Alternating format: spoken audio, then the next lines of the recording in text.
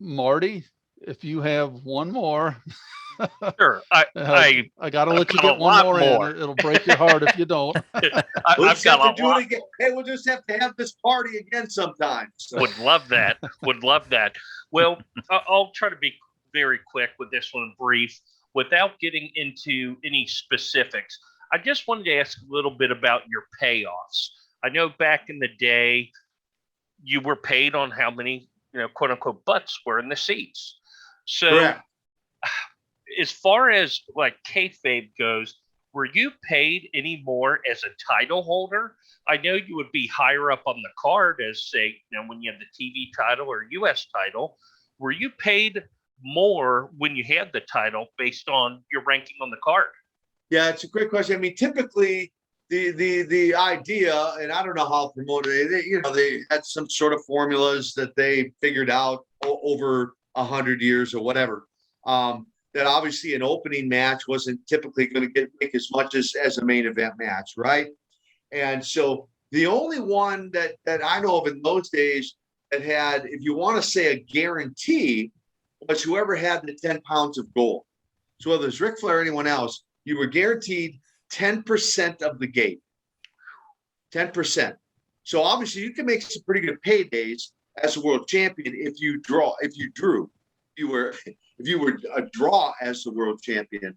Outside of that, the way I understand it, it was broken down by a promoter's formula. And I have no idea what kind of formula. I actually questioned the sanity of their formula at times, believe it or not. And when I first broke in, I want your audience to understand this.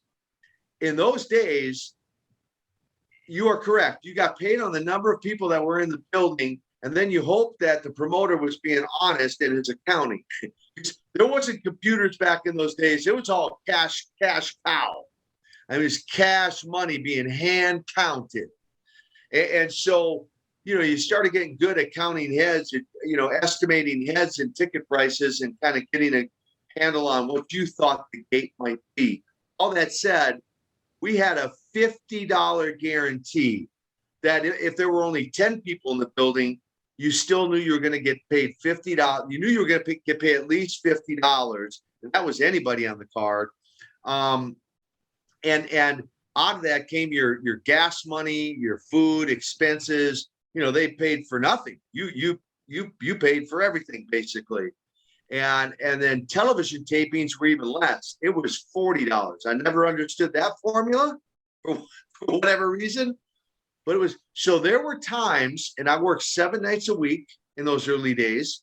So there were times that I had a $340 paycheck, 6 nights at $50 and 1 night at $40 for our television taping because we taped every week.